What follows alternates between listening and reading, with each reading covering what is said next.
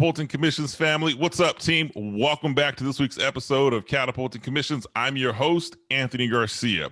Look, every week I say my guest is an amazing guest, and every week I truly believe that. Today isn't going to be any different. So if you had to look back at how you started your sales career, I don't think any one of my guests at this point started selling Speedos, except for today. My guest started selling Speedos. Now he's selling seven-figure contracts. He's on a mission to help 1 million B2B salespeople sell and earn 50 to 100% more in 2021 and beyond. Marcus has been featured in MarketWatch, Forbes, Yahoo Finance, Yahoo News. He is also one of the top recognized sales voices for LinkedIn, which in the world of influence and in the world of sales, I mean, that's one of like the key prizes. So Marcus Chan has joined us today. Total stud. And here's the truth, Catapulting Commissions family. I've been a fan of Marcus since we've launched the brand. So he was somebody who was on my vision board that when I felt the audience had grown, I was going to reach out to him. So today we have Marcus Chan on the Catapulting Commission podcast. Marcus, welcome to the show. Hey, Anthony, my man, it's my absolute pleasure. You're giving me a huge head. I'm just a regular dude out here of average, actually sub-average height, who's balding, but I'm pumped to be here. Hopefully we'll learn some things and teach some things to your audience here to go out there and crush it and really help them catapult their commissions today. Man, I love it. I love it, buddy. So let's not take anything away. Before we jump into all the goods, man, I got to be honest with you. I've never had anybody on the show that started selling Speedos. So like, I mean, did you really sell Speedos? Oh, I did. Now, before I tell you how I started selling Speedos, I was competitive swimmer growing up for life, right? So okay. I grew up swimming competitively. It was kind of normal. We just wore Speedos. So what we did. Now, the thing was I got this job when I was 17. And the reason I got this job selling Speedos is because I was kind of forced into it. My parents had a restaurant growing up. We were very poor. We all worked in the restaurant. My plan was go to school and work at the restaurant to make money to pay for school. That was my goal. Well, in 2002, my parents said, hey, Marcus, we've sold the restaurant. You need to go get a different job now. Oh, boy. And at the time, I don't think Google's even around at that point. People had like classified ads, etc. But I don't want to do that. So I went to my network and I found out one of the swim coaches was opening a swimsuit store selling Speedos, accessories. I'm like, that's great. I should apply. I applied. I got the job. It was really cool. It was like a retail store. But on weekends, what I would do is I would wake up at 3:30, 3 o'clock in the morning, and I would go and drive to the store, load a pickup truck full of swim gear, Speedos gear. I would drive 2 hours away to a local swim meet, set up stands, and I would sling Speedos for 12 to 14 hours. And then, boom, get done, drive 2 hours home, and rinse and repeat. And that was a ton of fun. And I didn't know at the time, but I actually was pretty good at selling Speedos because I would double their sales every weekend when I went to these meets. But that was my first jump into selling Speedos specifically. Man, the hustle you have there, I have to say this. That hustle you had as a kid, I get so excited when I get young kids that reach out to me through social media or I connect that have that hustle, because more often than not, I find people don't have that hustle heart of like, I'm gonna drive 2 hours and sell Speedos. Why? Because that's what I'm gonna do. This is how I'm making money. There was no complaining. Love it. Tell us a little bit about your sales background before I start picking your brain. So you've built a consulting business. You've been incredibly successful. I think it's a little under 20 years. I not really good at math, bad part, but I see a long track record of success. Tell us your story. Yeah, absolutely. So, the thing was, I never wanted to be in sales. Okay. I wasn't a born salesperson. That wasn't really something I thought I would do really as the full-time career. The truth is this: I went to college. I thought I was going to be an architect. I did not become an architect. I didn't know I was going to do. I became undeclared. And when I graduated, I had a few different job offers on the table, working in banks, whatever. The sales job I took was the lowest paying job possible. $29,500 base salary, and that's a job I took. Now, I got into it specifically because I saw the opportunity where I could build something from scratch. It was a startup division of a major company. I'm like, this is a great opportunity. I can go in there, I can learn how to build a business, maybe get promoted, and do some pretty cool things. Now, when I first started in sales, I was the worst because I was so used to people coming in, right? I was used to set up a Speedo stand. People would come to me. That's easy. That's easy when people are coming to you. Now, there was no brand recognition. We'd go out and hunt, and it was in the last recession as well. So this is 2007. So I'm like, oh man. So for the first 2 months, I struggled, man. I was the worst trip. I made the most calls. I sent the most emails. I outworked everybody because I could hustle. I'm like, I'm going to hustle everybody. Hustle. Did it. I was the worst. Okay. I didn't think I could make it in sales. Now, eventually I figured it out. By month 3, I became number 1. And then I eventually, stayed number 1, got promoted a bunch of times, got promoted multiple times, ended up building multiple 7-figure teams from there. And I was at that company for about 4 years total in that specific, division. And then from there, I thought to myself, hey, I'm running these multi-million-dollar teams. I'm having pretty good success. Can I repeat this somewhere else? Totally different industry. And I had some self-doubt there because maybe I got lucky. Maybe it was whatever, right? So I made that jump to a whole new company. It was a very strategic move, but I made that jump.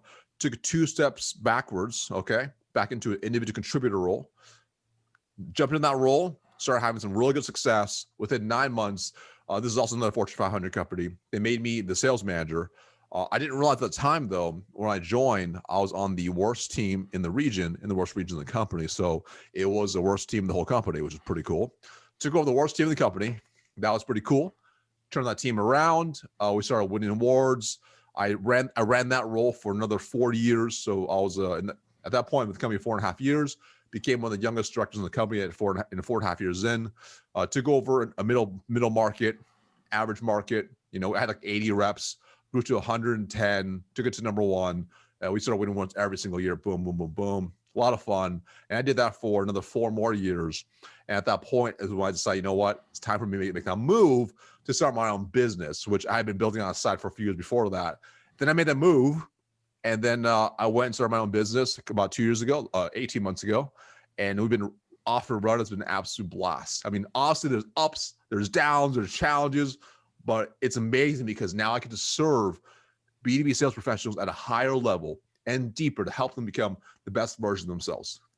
Dude, I love it. Your energy is contagious. 1, 2, hearing the story, right? You go B2B background, you started small.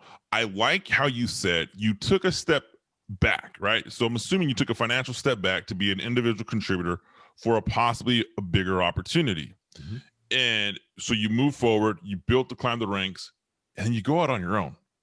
I mean, that's nerve-wracking for anyone. I mean, I speak to sales entrepreneurs all the time. And the question I love to ask is, what was that moment you said, okay, I'm going to switch and I'm going to make this my company, where I'm not going to work for this company. I've gained what I wanted from here, but I'm going to go and make that transition. What was that moment for you?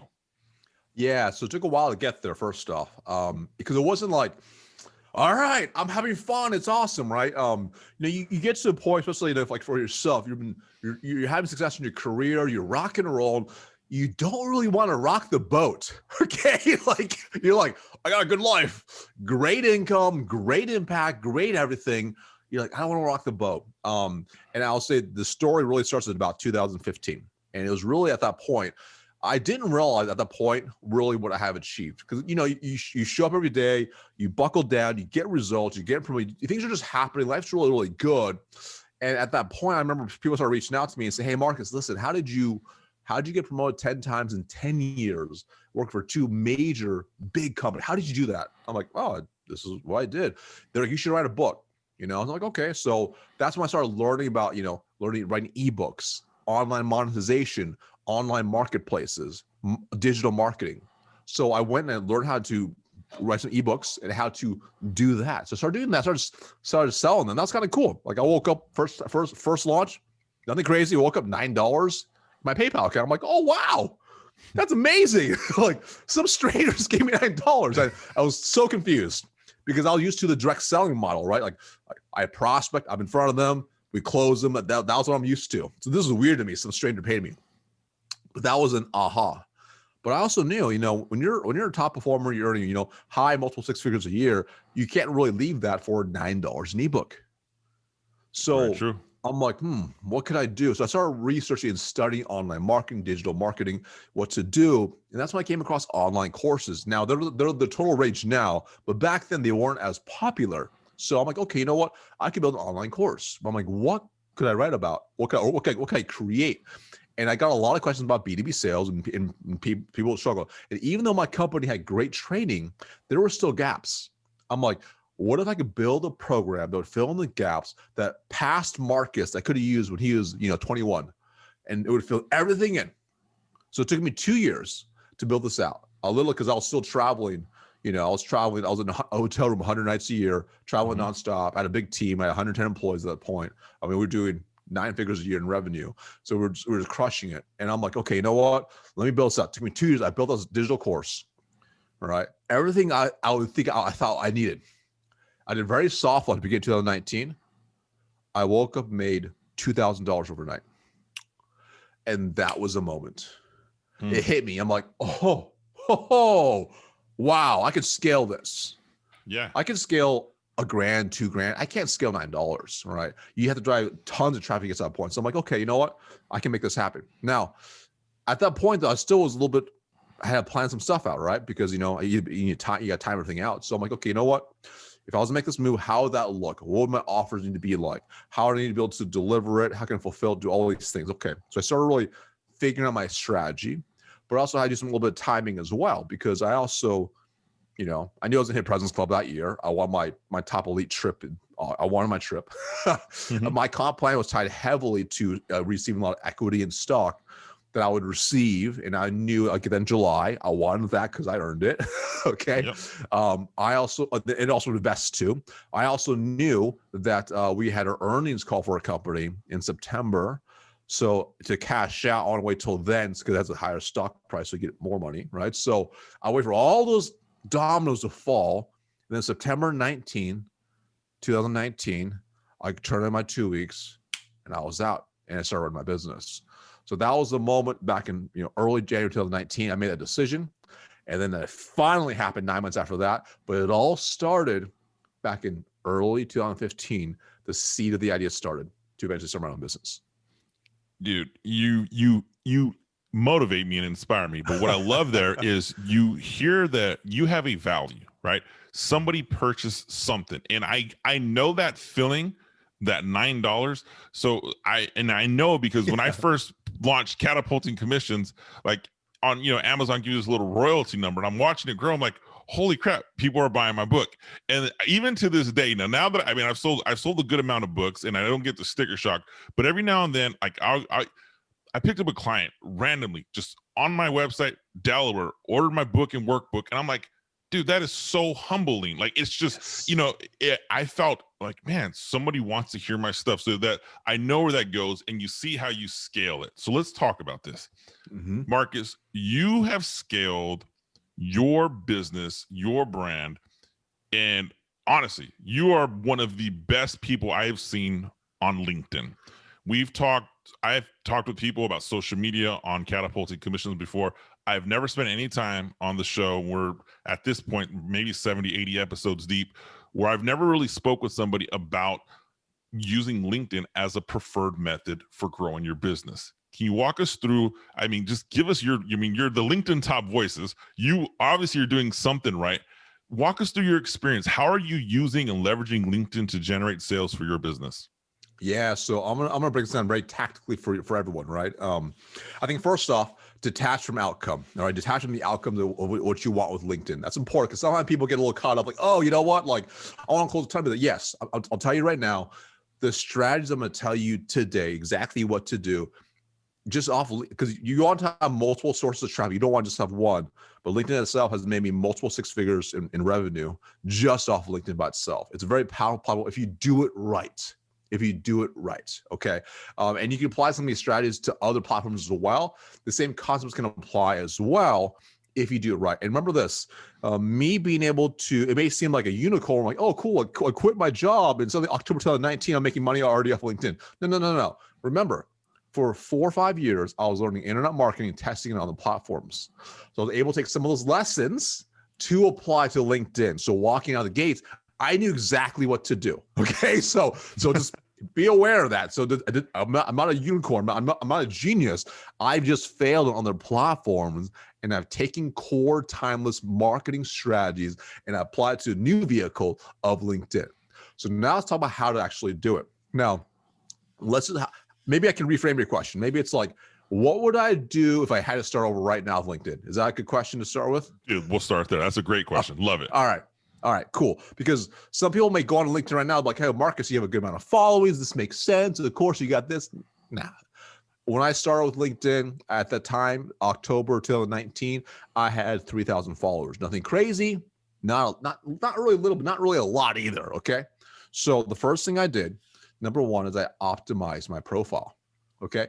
The beautiful part about LinkedIn is your profile is essentially a sales page for you. All right. So when people show up on the page, you have a couple different goals. Number one, you want to establish credibility that you know what you're talking about. Okay. You want to establish trust, and you want to be able to know and like you as well, and know that you can help them. And obviously, if you can convert that into a lead, even better. But that's not really as important as the other thing I just mentioned, because social media is a long game. Okay. So here's why let's get really tactical now. So number one, I changed my headshot. My headshot is one that I know my target market wants to see. Now I'm wearing a black V-neck right here. It's my daily go-tos. This is what I rock and do. But most people want to see me wear something a little bit nicer. So I'm just wearing a nice suit, no tie, because I don't be too stuck up, if you will. Right? It's just that's the image they want to see. So no problem. Right image, boom.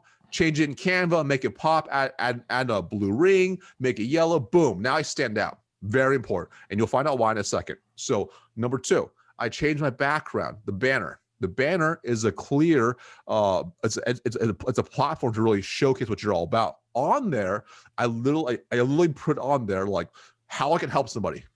So it's right. It literally is I help B2B sales professionals sell and earn more. If you're not a B2B sales professional, you don't really care. That's okay. But now my audience knows what I'm all about. There's a very easy call to action. Send me a DM if you want to know more. That's it. I add some credibility pieces because I've been fortunate to be in some magazines. Boom, I'll put them on there. You don't have to do that, but it's nice. But immediately, within 3 seconds, they know what I'm all about, okay?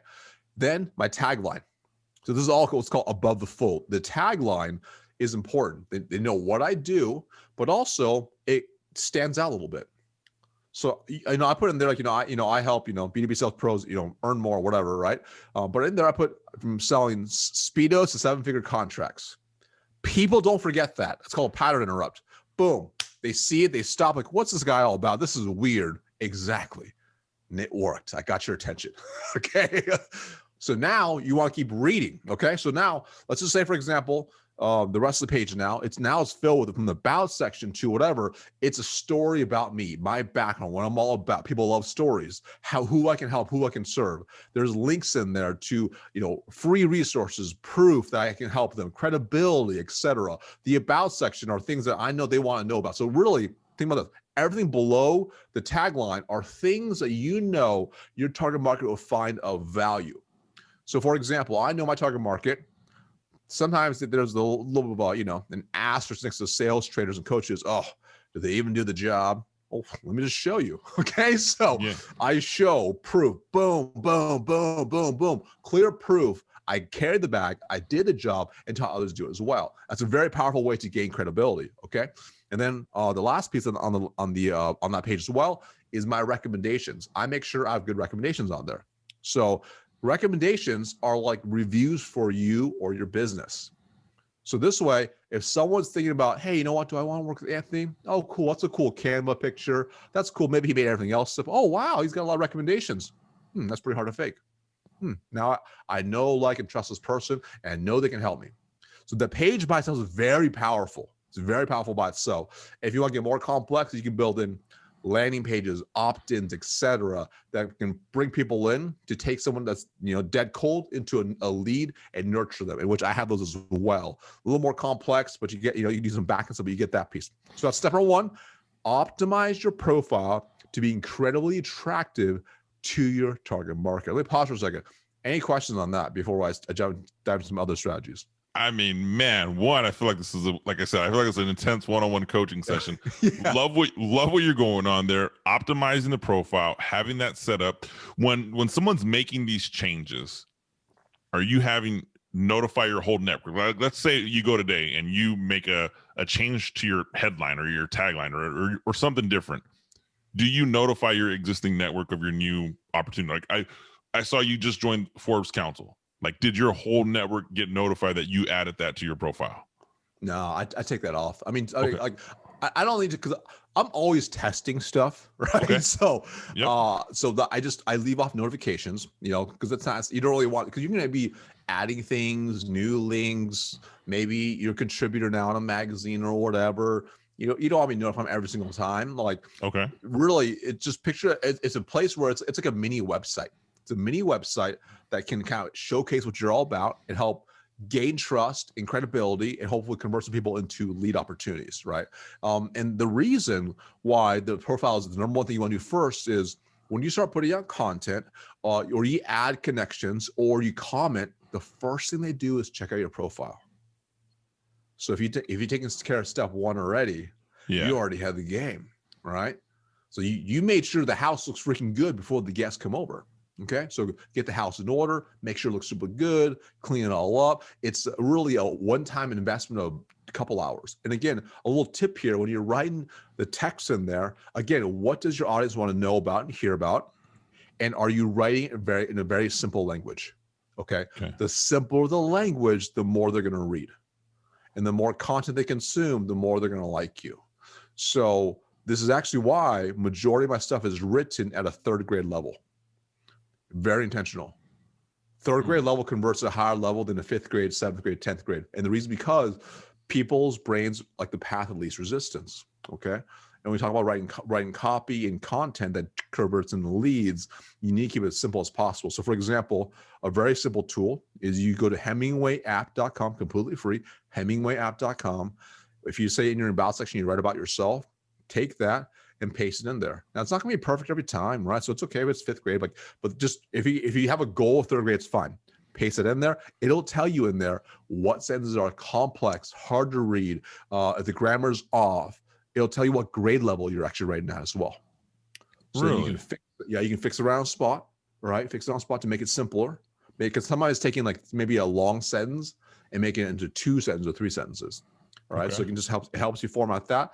Then you fix it, boom, it's good. You're at the grade level you want. Copy that, paste it back into the place you're trying to put it at. Okay. And you can do the same thing with writing content. All right. So that's the first thing. Optimize your profile, make it easy to digest and read. All right. Now, number 2, here's the thing. The mistake some people make is they say, cool, I got that. Now I'm going to go and I'm going to start like commenting. I'm going to start like posting content out there.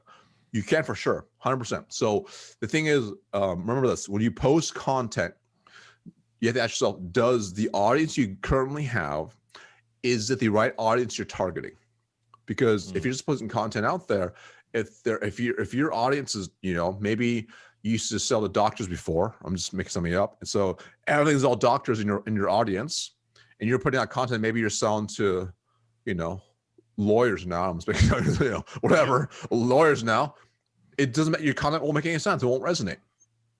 All right. So now you want to make sure when you're putting out content, your content is designed to resonate with the right people. So let's just say, for example, let's just say you don't have any of the right people in your audience. No problem. Now, a couple different ways. Okay. I'll tell you the really strategic way, and you'll get faster, more targeted results. Then I'll teach you the other way, the free way. Okay. So the one that costs a little money, but it's definitely worth it, is you just basically make sure you upgrade this LinkedIn Sales Navigator. You create a very targeted, specific search, a Boolean search of the specific people you are targeting. That could be geographic, demographics, et cetera, right? So for example, if I'm selling to lawyers in, I don't know, the Midwest, I'm creating specific ones. Titles are lawyers, attorneys, any common words for the title as a Boolean search. And then I'm gonna create searches, boom. And I'm gonna start connecting to 50 to 100 of them every single day. Okay. So now it's kind of like you have an empty pond. I'm gonna fill it out with my fish I need, the fish I want to fish for. Okay. Start putting them in, put the fish in. Okay. That's the better way to do it, because you do it, for 5 days in a row. That's 250 people, right?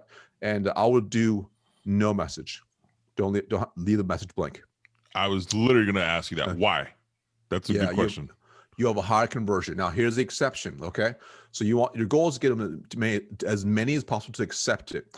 If you have a really well optimized profile, they're going to see your connection request, check you out. They're going to decide they want to accept it or not, okay? If you put a message in there, it can detract from what they do. So they might be like, oh, we're going to try to sell me, right? Now, here's the asterisk. If you can create a hyper-personalized message in there instead, that's really clear it's made for them. Different. So for example, let's just say if you were a lawyer, right? And I'm gonna, if I see you have a podcast called, I don't know, Losses for Lawyers, I'm making something up, whatever. Okay, like, hey Anthony, I loved your last episode of, Losses for Lawyers with X. Oh, I love this. Hoping to connect here. Clearly, here's a fan. They're gonna accept it. Boom, you're in like Flint, like just like that. If you can't do that, then don't put a message. Okay, so highly customized or no message. Okay, so now they're accepting it, right? And then boom, now you're starting to fill your pond full of the right people. All right, and we're gonna get to outbound messaging in a second as the last strategy, but that's the first strategy. Just get the right people in. Okay, get the right people in, because you want them to see your content. And then what you can do as you start creating content now, and the content strategy has got to be very specific. So whenever you write content, and there's a few different versions. You can do text only, you can do videos, you can do PDFs, you can do articles. You have a couple different options here. Number one, text only, like you have 1,300 characters. That gives you the furthest reach. Okay, meaning most you get more eyes on that than a video, but you still want a mixture regardless. Okay, but for all the posts, just to keep it simple, just think, what does your target market want to see? Not what you want to see, but what do they want to see? What do they want to see? How can you serve them? How can you help them? So, because you're going to want to create content for whichever medium you do, text, video, whatever, it's to help serve them. It could be helpful tactics, strategies, inspire them. It doesn't have to have anything to do with what you do either. As long as you are helping them and they see you of value. So let me give you an example. Let's say I sell to HR managers. Okay, maybe I have an HR management software. Okay, maybe I think about what are common problems of HR managers. They usually don't like turnover. Turnover is a huge issue. It causes a lot of friction in the business. It's bad. They have metrics, etc. Okay, cool. So maybe you go and you research maybe those common, most popular books or blog posts or whatever, and you glean some ideas from there, and you write some posts directly towards that. It's helpful. So for example, maybe it's you get the book, The 7 Hidden Reasons Why Employees Really Quit or Leave, or something like that. And you can read chapter 1. Chapter 1's about X, whatever. You take like 3 bullet points from there, and that's your post. Pure value for them. Okay. And there's a format to the post that you want to do as well. But again, the point is you want to give value to. Does that make sense so far? You might what I'm spilling? I'm following you along so much. I love that you're the value. I also love the text only reaches further, because I have found, and I've been guilty of it, and I've corrected it a while ago, but I've been guilty. Like sometimes you share an article, which is great, but it's not as much reach. And I see that. And sometimes selfishly, I'm sharing my own article and I'm like, man, I think I would just do better if I just took a snippet from the article and just wrote it, as opposed to sharing the link back to the article. Yeah, so you'll see any links to the external outside the site, they minimize your reach. And if you think about this, the goal of every single platform is to be real here, is to keep you addicted and keep you on the platform. So when you are sharing external links, it's forcing them to go outside of the sphere of LinkedIn, of Facebook, of Instagram, somewhere else. That platform doesn't like it. So let's just say, for example, same thing, even with that article, right? You could do the same thing. You could pull a couple points from the article maybe you wrote. It's very powerful, okay? Or maybe at one point, really elaborate on it. And then you have a little PS at the bottom. Say, hey, PS, by the way, check out the full article in the comments.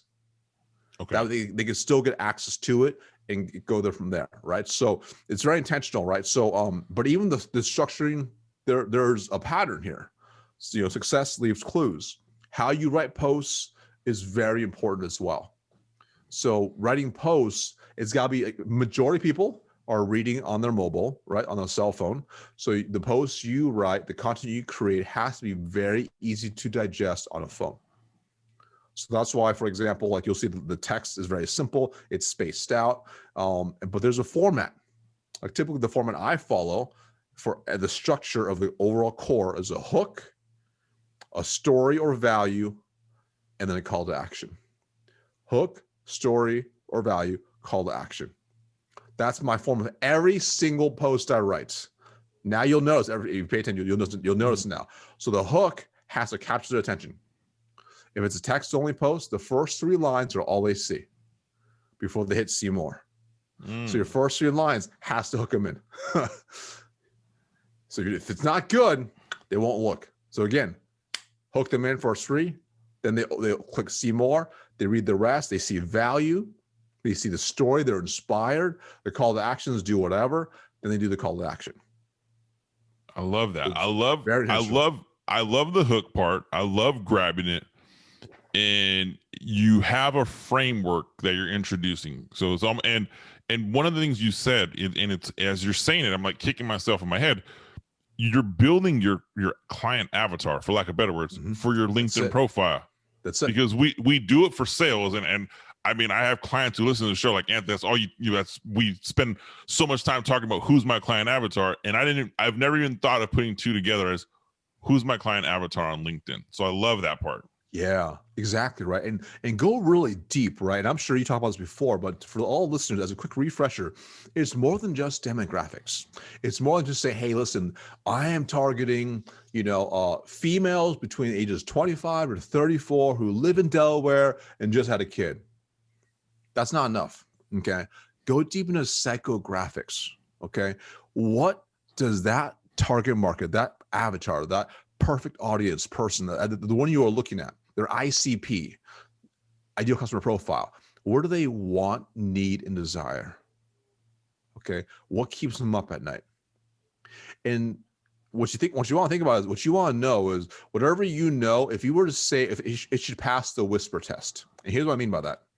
Let's just imagine your perfect customer is out to dinner with their spouse. They're having a great dinner, nice dinner. And you walk up to them, they have no idea who you are. And you go up to, let's say the woman's ear, and you're like, hey, as if they're their HR manager, I know turnover keeps you up at night and you feel you can't control it. I know it frustrates you when managers complain about the employees and they call it good turnover, but it's never good. I know you're stressed because you have requisitions that you've opened that you haven't filled. I know you're concerned that people are quitting left and right and you don't know why. And you go on and on, and you're able to whisper their deepest fears. And they're like, oh my God. And they rush away with you because they're freaked out that you read their mind. Okay. That's exactly what you do. That's how deep your content has to hit them in their heart, in their minds to get them to take action. Okay. And that's how you write your content. That's how you create posts, videos, etc. that helps show you understand that and provide solutions and tips and inspiration. So then they're like, oh, he or she is talking to me. They're talking to me. It's like they reach through their phone and they're talking directly to me. That's a power when you understand the psychographics and you create content to solve their deepest desires, needs, and wants. Okay. So you do that. Okay. So you start creating content as number 1. Now mix it up, text, video, etc. Because again, text is really good because you get the reach. So for example, my average text post will reach 8 to 10,000 people per day on Facebook. For me to get that type of reach, I pay $500 a day. Okay. So I pay a lot in ads while I get it free on LinkedIn. Right. So that's why I love LinkedIn. Okay. So it's very powerful. All right. So start doing that. So videos are important too, because videos are really great for engaging people's hearts and minds and knowing you're a real person. They're like, oh, cool. Like, obviously they're real. They're not faking it. Like, they're not just pretending to be someone else. They can see you. They don't feel catfished, right? They actually know you're legit. That's very powerful. Okay, so do videos as well. Okay, so you have optimize the profile, you add people in, get the audience in. Now you're creating content for them. They're seeing, they're liking it, etc. Boom, it's very powerful. Next, let's talk about also building it from another way, which is taking advantage of hashtags and micro and macro influencers. Okay, so now look for the specific hashtags that are really important to that industry and take a look, the most recent or relevant posts, and go and engage on those posts. Drop some pure value on there, share some value, just solve problems. And what happens is if someone puts a post up, whether it's a hashtag or a micro or macro influencer, they put a post up about whatever. Just share your opinion, be of value. And we do that consistently, then everyone's going to see that and be like, who's this person here? That was pretty useful. Like, be of value. Because then if that comment's really good, what do you think is the first thing they do if they don't know who you are? What do you think is the first thing they do if you drop a good comment? Oh, they go to your profile, your optimized profile. Your optimized profile, and they go check you out. Absolutely beautiful, right? Again, and now the magic of the page does work. It warms them up, gets them nurtured, gets them know, like, and trust you. Okay, and then of course it's the same thing where if you are not connected with them and your post shows up in their feed, like, who's this person again? Let me go check. Oh yeah, So now they're getting warmed up into you. Okay, warmed up into you. So those are the strategies that you do to start generating some of these type of early lead opportunities. Okay, but there's more. You should also include an outbound strategy too, because right now, you can't just sit around and wait for people. Okay, like, you can't be like, oh, okay, cool. Like, I did that. I commented like on 200 people today. I'm working hard. Well, there's difference as we all know between being busy versus productive. Okay, if you next is you need to make sure you get in front of people. So that leads into the outbound strategy. Now, those people that you were adding 50 to 100 per day, start DMing every single one. Okay, but what I would recommend is dropping a video message. What I love about LinkedIn is you can drop video, you can drop voice, you can drop text, you can include files, you can do all these things within the inbox of LinkedIn. Now, most people get a lot of spammy messages, so you can do the opposite. The key is, boom, they accept it, grab your phone or do it at the end of the day, you film them a quick video, right? Just to say what's up and give them something completely free of high value with a very soft call to action. Very important. What you do not want to do is go into a pitch fest on the video. And it has to, you want to be customized to. So don't just record one and blast them all. Record a custom video to them. Especially if you're an individual contributor, right? Like, it's totally fine. If you're scaling a big business, you can't do it. After a while, you can't do it. But for most people out there, they can grab their phone and film a very quick video. Would you like me to share with you maybe a sample of what it might sound like? Would that help? Oh, absolutely, man. Keep going. This honestly, Marcus, there's so much value here. And I'm like taking it all in. I know my audience is taking it all in. I mean, this is, like I said, you're breaking down the science of using LinkedIn as a revenue source. So dude, break 100%, man. All right, cool. So the first thing is, before you do this, you need to build an asset or acquire an asset from your company. And the asset is something like this: something of high value, irresistible, and super helpful for your target market. So I'll repeat again. It's something of high value, irresistible, and of value to your target market. So they must want it. Like, you put in junk, you get junk out, okay? You put in something good, you get something good out, okay? So it's really, really important. And this could be anything. This could be a free training. Maybe it's a really good blog article. Maybe it's a training video. Maybe it's a cheat sheet. Maybe it's an ebook, something of high value that's very low commitment for them to take advantage of, but that'll also allow you to show, hey, you know what you're talking about. You can build that know, like, and trust factor with them and hopefully open them to have a conversation together, okay? That's the key. All right. So for example, for me, I have many freebies out there. I have PDFs, ebooks, live record webinars, my free group, whatever I have. So I have different things I do. Okay. So let's just say, for example, let's just say I am selling to HR managers again, like we're talking about here. The video sounds like, let me get into my mode. Yeah, so no, please do. You grab your phone, boom, and you film. Let me back up. You film it native in the app. Really important, native in the app. Do not film it via Vidyard, BombBomb, Loom, etc. You want native in the app. Minimize the amount of friction it takes for someone to watch the video. Okay. So they can watch it and reply to you. What you don't want them to do is go somewhere else, watch it. Oh, cool. They have to go back to do whatever, because in between, suddenly the dog barks, the kid yells. Oh, they're distracted. They put that on the phone. They go back. They're gone. They forgot about your video. Okay.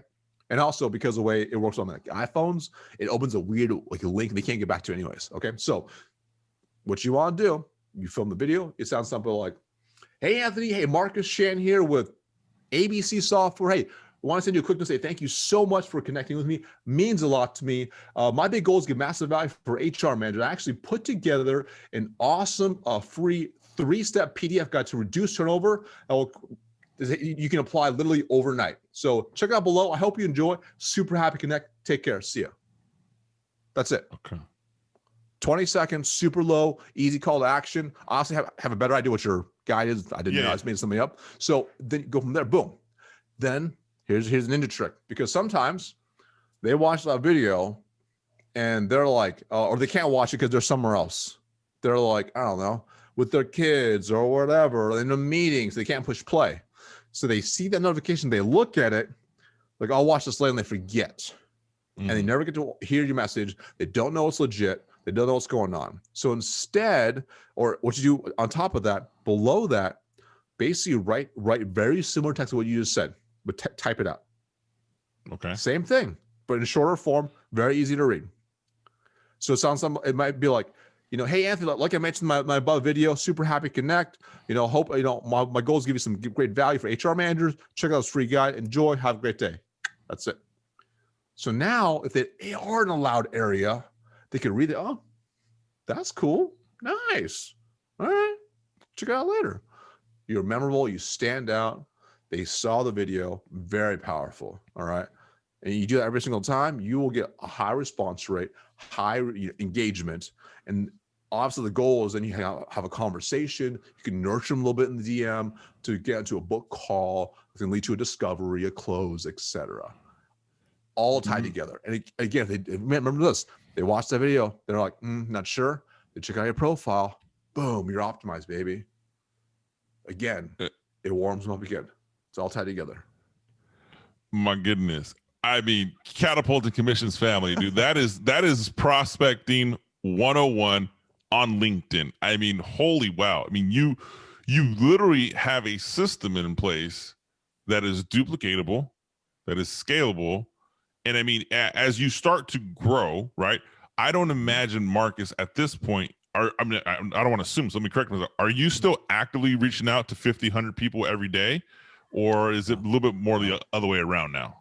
So from behind the scenes, this is what I do now, right? And I'm very transparent in how in my approach. And it's really funny what people say about this. So what happens is when you start putting out really good content consistently, you're gonna get like zero traction for like 3 months. Okay, that's what on platform. It just takes time to build up. So people are like, oh, okay, they're consistent actually. After a while, people are gonna say, wow, I found your stuff. They'll tag people. You start getting requests nonstop. Okay, so definitely after a while, you can just start accepting video, and you start converting those. Okay, and that's very, very powerful. Now, but you can't rely just on that.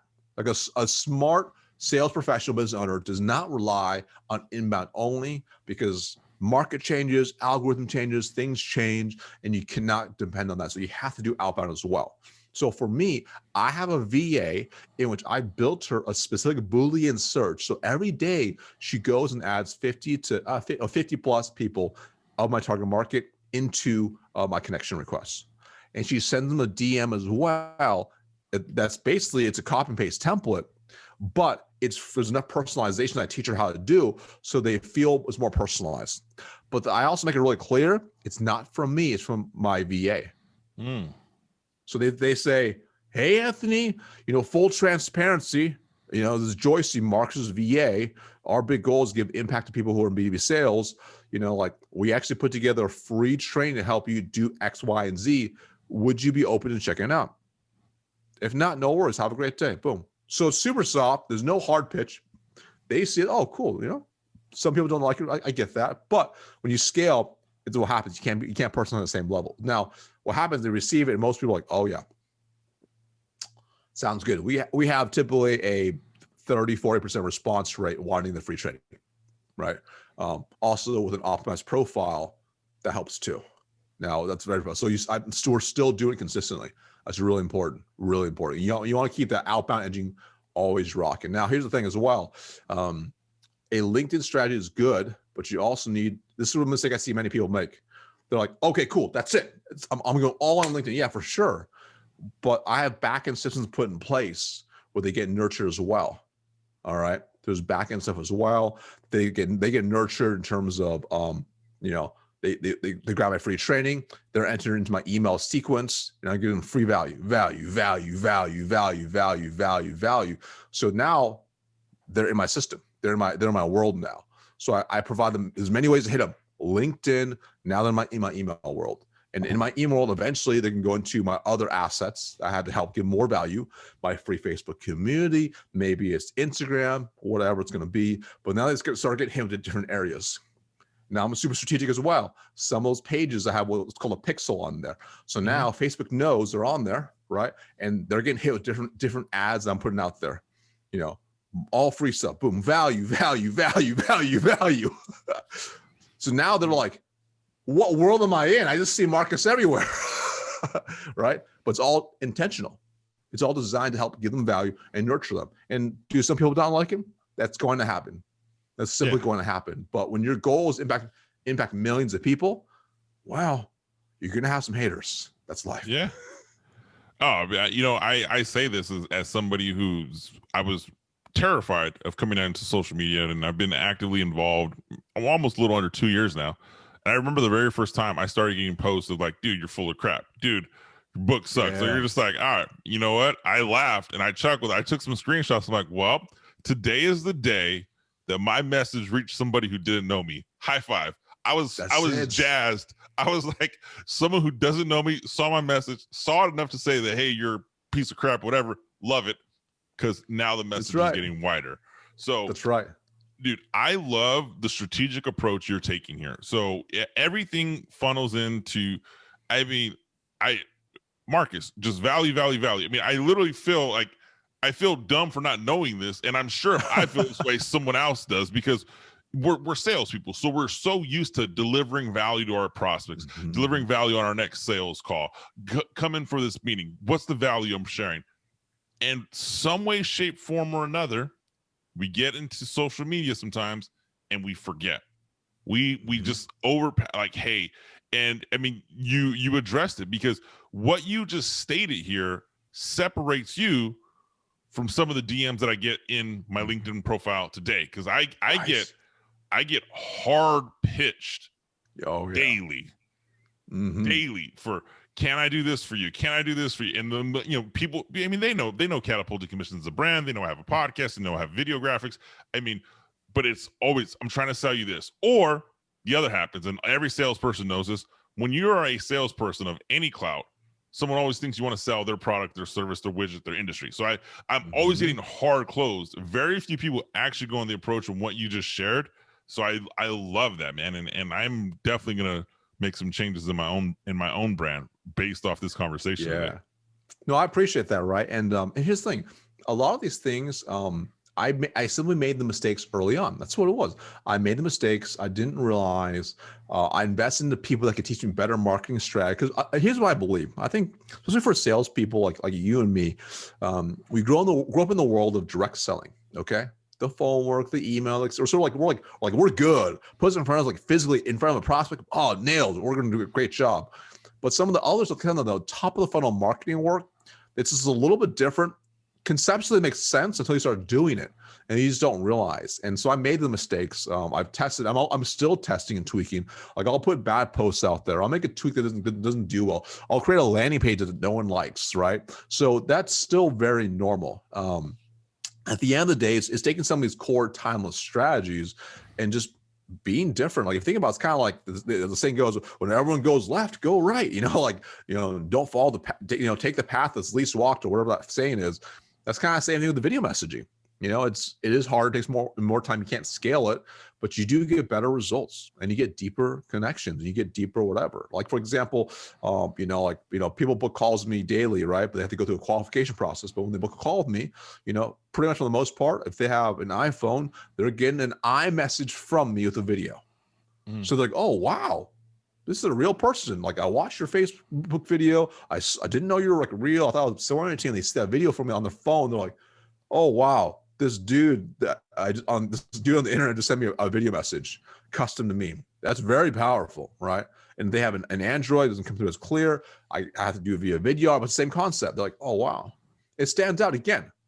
At the end of the day, remember this: like sales and marketing, it's a game of attention. Where the attention goes, revenue, money flows. So if you can find a good way and you can scale the best you can, whether it's videos or great quality content or whatever, that creates more eyeballs on it, which is going to lead to future clients, them being satisfied, et cetera, right? On all those things. Again, just like anything else, that's only one piece of the puzzle. That's the first part.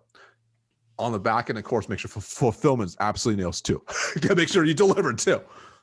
Oh man, I love it. I love it. Marcus, man, two things. One, I'm gonna have to get you back on the show because we are gonna run out of time, and I still have a million questions. I think there's so much value that you've provided to the Catapulting Commissions family. But let's just say, okay, so we've executed this LinkedIn strategy, we get things going, and we're like still stuck. Say somebody does want to work with you. How do they get connected with you? Besides is LinkedIn the best way? And we're gonna include all of that in the show notes.